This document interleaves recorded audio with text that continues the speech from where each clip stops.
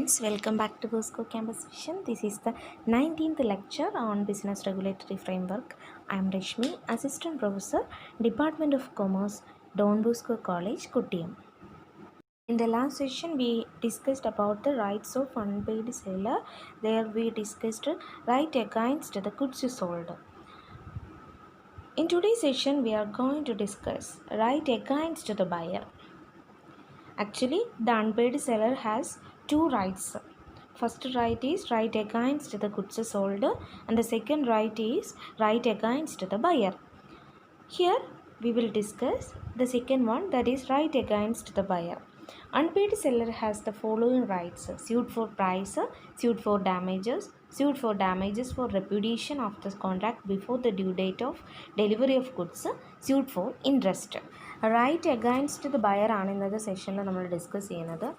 പ്രധാനമായിട്ടും 4 റൈറ്റ്സ് ആണ് ബയറിനെതിരെ വരുന്നത്. ഓക്കെ, ഫസ്റ്റ് റൈറ്റ് എന്ന് പറയുന്നത് സ്യൂട്ട് ഫോർ പ്രൈസ് ആണ്.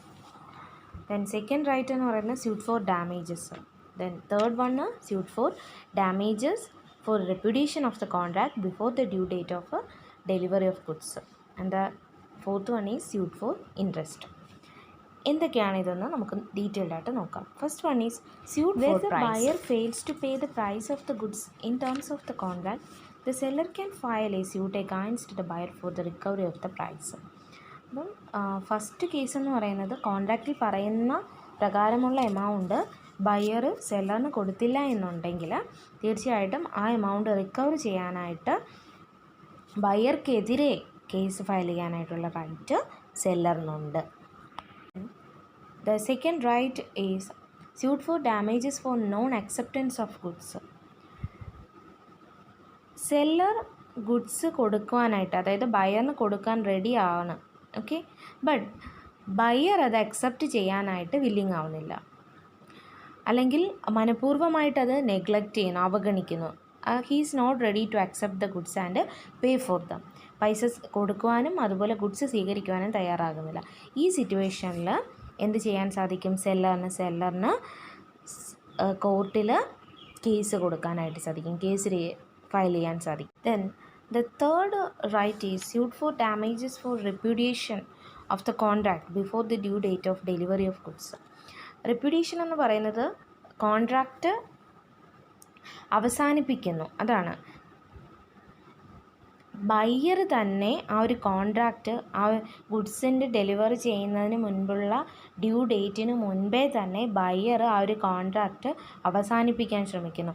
ഈ സിറ്റുവേഷനിൽ സെല്ലറിന് എന്തൊക്കെ ഡാമേജസ് വന്നിട്ടുണ്ടോ അതെല്ലാം കൊടുത്തിട്ട് ബയ്യർക്കെതിരെ കേസ് ഫയൽ ചെയ്യാൻ സാധിക്കും. അതാണ് suit for damages for repudiation of the contract before the due date of delivery of goods.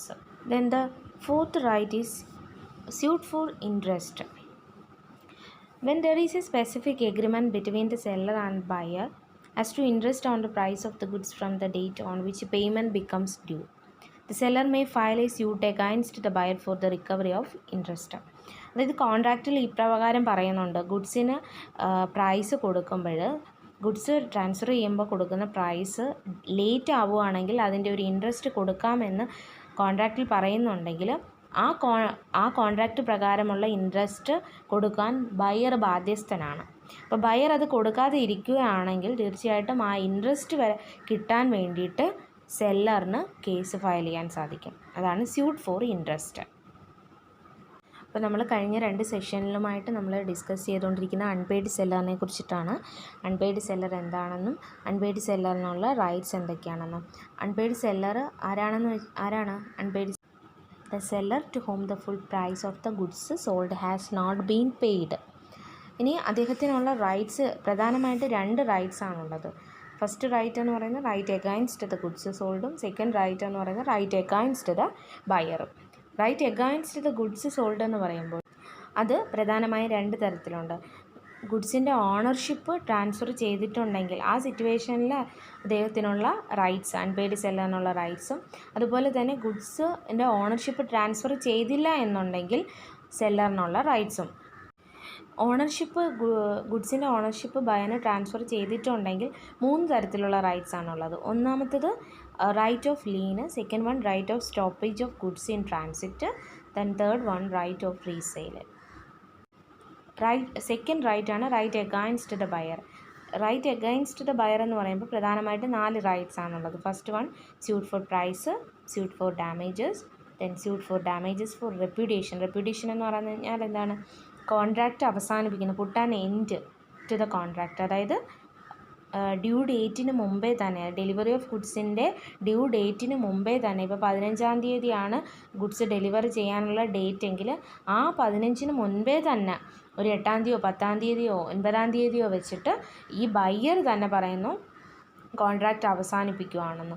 അങ്ങനെ ചെയ്യുവാണെങ്കിലും സെല്ലറിനുണ്ടാകുന്ന ഡാമേജസിന് പരിഹാരമായിട്ട് അദ്ദേഹത്തിന് കേസ് ഫയൽ ചെയ്യാനും കോർട്ടിൻ്റെ അടുത്ത് സമീപിക്കാനും സാധിക്കും. അതാണ് suit for damages for reputation of the contract before the due date of delivery of goods.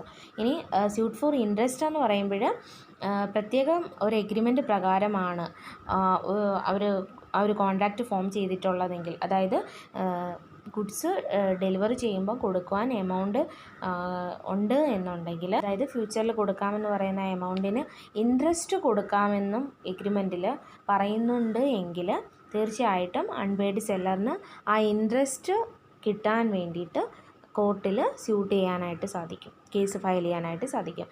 ഇത്രയുമാണ് right against the buyer.